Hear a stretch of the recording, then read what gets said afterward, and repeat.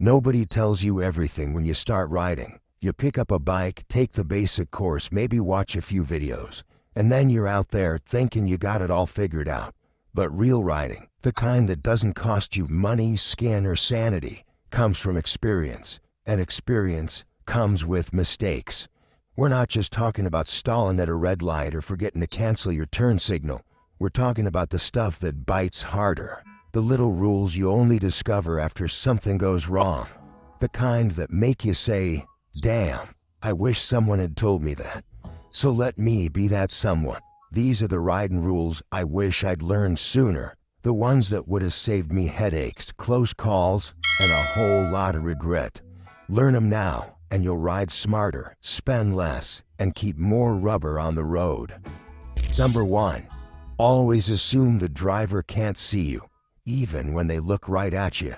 It's one of the first things they say in a safety course, but you don't really believe it until it happens. A driver looks right at you, eye contact and all, and still pulls out like you're invisible. And in their mind, you are. Because seeing you isn't the same as registering you. Our bikes are small, our headlights blend into the background, and if the driver's not expecting a motorcycle, their brain often just skips us. The rule: always ride like they don't see you.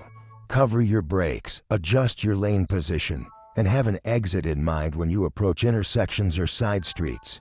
It's not paranoia, it's survival. Don't expect them to move. Don't expect them to stop.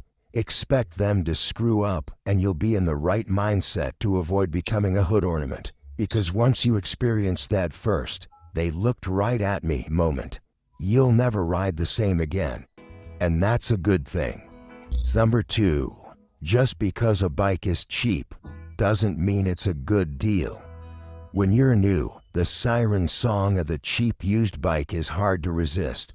You find something on Craigslist or Facebook Marketplace, older model, low miles, and a price that makes you think, I could buy this today and still have money for gear. But what you don't see is the landmine waiting underneath.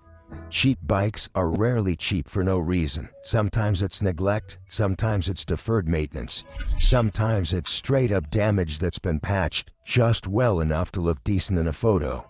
And the worst part, you won't realize how much it's going to cost you until it's too late. The rule: if it's suspiciously cheap, assume it needs everything, and factor that into your cost. Budget for tires, fluids, battery, chain, and sprockets, and at least half a day of garage time. Sometimes, a more expensive, well-maintained bike from a real rider is actually the cheaper move in the long run. 'Cause nothing sucks the joy out of riding like a deal that turned into a rescue project. Number 3. Everyone has forgotten to check the tire pressure until it ruined a ride. Tire pressure seems like such a small deal, one of those I'll check it next time things. And that's exactly why almost every rider at some point has gone out on a ride with tires that were way off. Maybe they felt a little squishy, or maybe the bike just didn't feel right in the corners. But by the time you realize what's going on, you're either slipping in a turn, fighting the handlebars, or cooking your tires unevenly. Underinflated tires kill your handling. Overinflated ones reduce your grip. And both will chew up your rubber faster than you think. Not to mention, bad pressure changes your braking distance, your suspension feel, and even how your bike reacts to wind or lane changes. This one's easy to overlook, especially on bikes without TPMS. But once you ride on properly inflated tires after a few weeks of, close enough, you'll immediately notice the difference. It's smoother, sharper, safer. The rule: check tire pressure once a week, or at the very least, before long rides. It takes 2 minutes. Keep a small gauge in your garage or tool bag.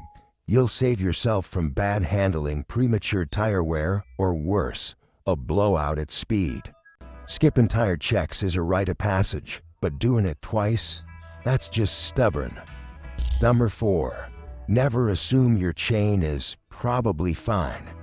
The chain is one of the most neglected parts of the average motorcycle, and also one of the most critical.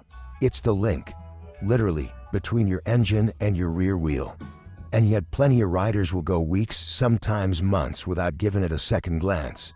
until it starts making noise, or skipping teeth, or snapping completely. The truth is, a dry, loose or kinked chain doesn't just sound bad, it changes how your bike rides. Throttle response gets sloppy, shifting feels rough. The rear wheel can even lurch or bind mid-turn if it's bad enough. And that's before we talk about the risk of a full-on chain failure, which can lock up your wheel or damage your engine case. People forget that chains stretch, they wear unevenly, and without regular cleaning and lube, they pick up grime that turns them into a slow-moving hacksaw on your sprockets. The rule? Check your chain every few rides. Look at the slack. Clean and lube it every few hundred miles, more if you're riding in the rain or off-road. And don't wait until it's completely toast to replace it. A good chain and sprocket set is cheaper than the damage a failed one can cause. Every rider has ignored chain maintenance at least once, but once it messes with your ride or your safety, it's a mistake you don't make again. Number 5. Always park facing out, especially on a hill. Everyone has, at some point, pulled into a parking spot nose first without thinking twice. It's quick, it's easy. But then the time comes to leave. And now you're trying to back your bike out uphill, on gravel, or with a slope you didn't notice before. And suddenly that quick decision feels like a trap. Motorcycles aren't like cars. You can't just throw it in reverse. If you're parked downhill and nose in, you're now stuck pushing 400 to 900 pounds of machine backwards with your legs. Maybe on a slope, maybe with traffic flying past, or maybe with someone who parked 2 inches off your back wheel. It's awkward at best, dangerous at worst.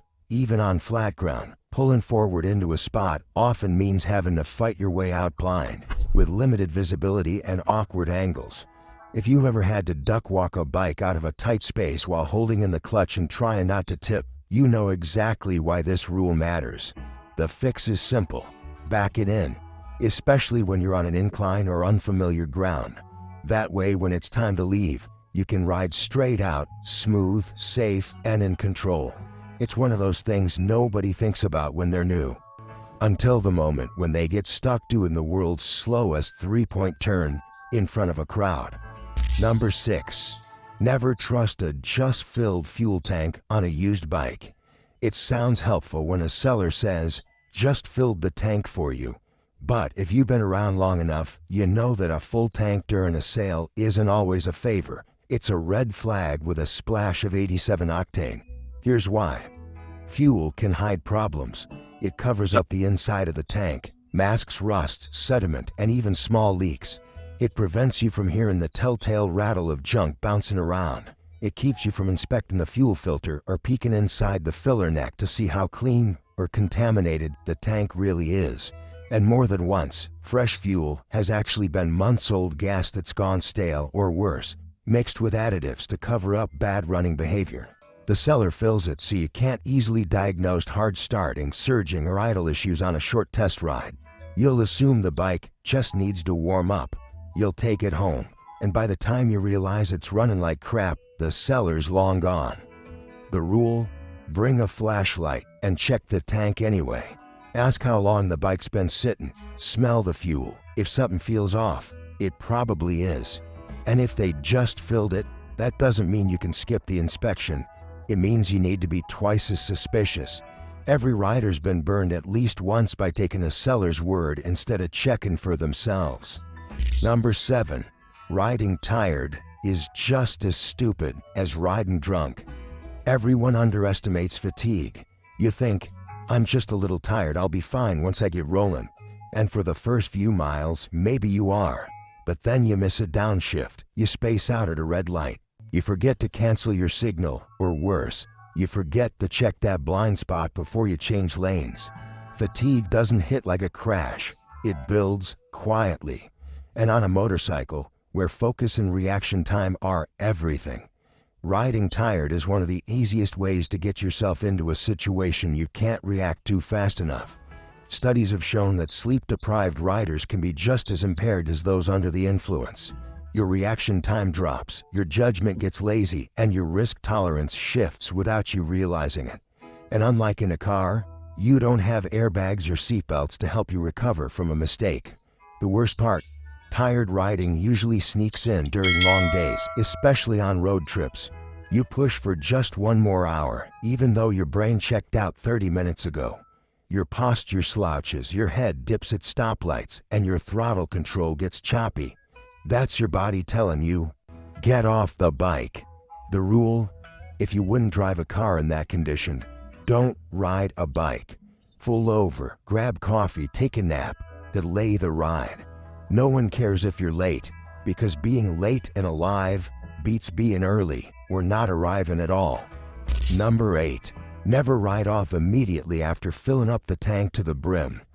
You're at the gas station, the tank's full, and you top it off just a little more, because hey, why not squeeze in every drop, right? Then you hop back on, fire it up, and ride off like nothing happened. But a few blocks later, you smell fuel. You glance down. Now you got gas leaking out of the overflow tube or all over your tank. Maybe it's dripping on your hot engine. Maybe it's soaking into your pants. Either way, you're learning the hard way. Topping off your tank can ruin your day. Motorcycle fuel systems aren't designed to be filled to the absolute max. There's a reason for that little air gap in the neck. It's not just wasted space. It allows for fuel expansion as the bike heats up and for proper ventilation inside the tank.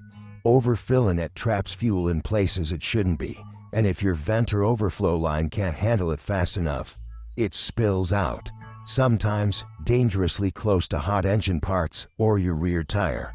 This gets even worse on bikes with evap systems or emissions controls. You can flood the charcoal canister or create vapor lock that causes poor starting, rough idle, and even stalling. The rule: stop fueling when it clicks. Let it settle.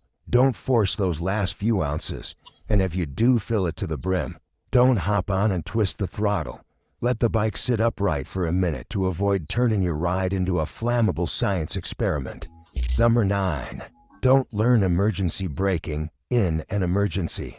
Ask any rider what they'll do in a panic stop and most'll say, grab the brakes and hang on.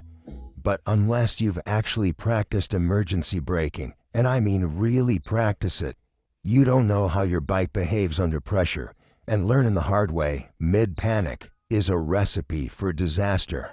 Too many riders have never tested what full brake pressure looks like. They've never experienced the front end diving under load, or how fast the rear can lift or lock.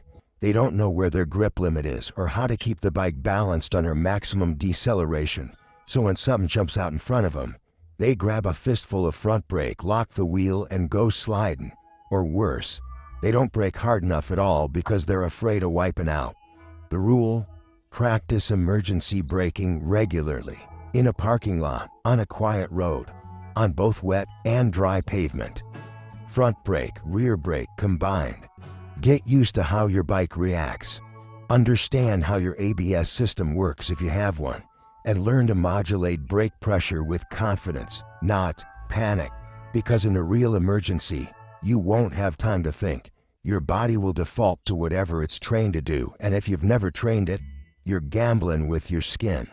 Emergency braking isn't just a good-to-know skill.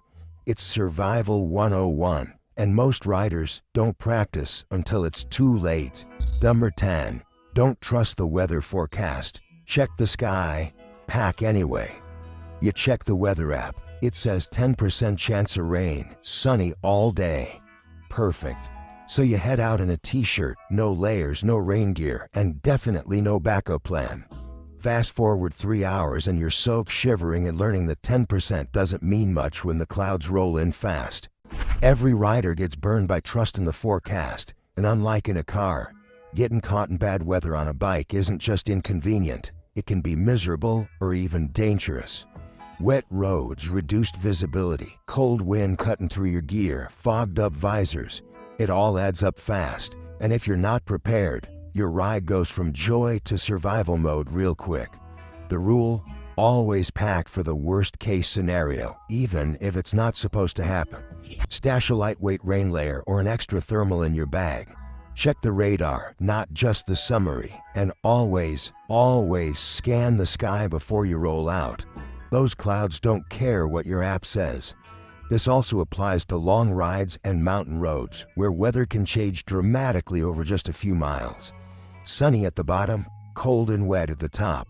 Riders who have been there know you don't gamble with comfort or safety just because your phone says it's probably fine. Forecasts are suggestions. The sky is the truth. And every seasoned rider eventually learns to pack like a pessimist and ride like an optimist. Number 11. Never assume someone else checked the bike for you. This one catches more riders than you'd think, especially when borrowing a bike, renting one, or even picking up your own from the shop after a service. You throw a leg over it, fire it up, and hit the road under the assumption that someone else already made sure everything was good to go. But the reality, that assumption can cost you. Shops make mistakes, friends forget things, a rental tech might have rushed the prep, and if you're not doing a basic pre-ride check yourself, tire pressure, chain tension, fluid levels, brake feel, you're riding blind. The bike might run, sure, but that doesn't mean it's ready. There are endless stories of people riding off with loose axles, disconnected brake lines, unbolted seats, or tires inflated to car truck levels because someone else was supposed to check. And by the time you find out, it's often the hard way. On a freeway, in a corner, or when you hit the brakes and the lever goes to the bar. The rule? It's your bike when you're on it.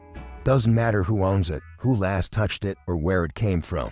A quick walk around takes less than a minute and can save your life, or at least a very bad day. Trust is good, but backup is better, because if something fails on the ride, the only one holding the handlebars is you. Number 12. Don't ignore expiration dates on gear and documents. It's easy to get tunnel vision on the bike itself, checking the oil, chain, tires, and lights before every ride. But what often gets ignored are the things that expire quietly. Your license, your insurance, your registration, your inspection, and yes, even your helmet. Plenty of riders have been pulled over only to realize their tags are expired, or worse, found out after a crash that their insurance lapsed by a week. And as for helmets, most manufacturers recommend replacing them every 5 years, even if they look fine. The materials degrade, the foam stiffens, and the protection drops long before you can see it. The rule? Set reminders, check dates. Once a season, go through your paperwork and your gear. Make sure everything's current, legal, and functional. Because you don't want to be standing at the side of the road, or at the scene of a crash, explaining why your paperwork's out of date and your helmet's from 2009. It's boring, it's basic, but it's the kind of detail that turns chaos into control. Nobody starts out knowing all the rules. You figure them out one by one, usually after a close call, a bad purchase, or a frustrating repair that cost way more than it should have. But the truth is, a lot of those hard lessons don't have to be learned the hard way if someone just takes the time to pass them down. So consider this your shortcut. These are the things that'll keep you safer, save you money, and make you a better rider. Not in theory, but out where it counts. What about you? Got a rule you wish someone had told you sooner? Drop it in the comments. Let's save a few new riders from learning everything the painful way. And if you got something out of this, hit that like button and subscribe, because there's plenty more real-world advice coming your way. Ride smart, stay sharp, and don't let the road be your only teacher. Not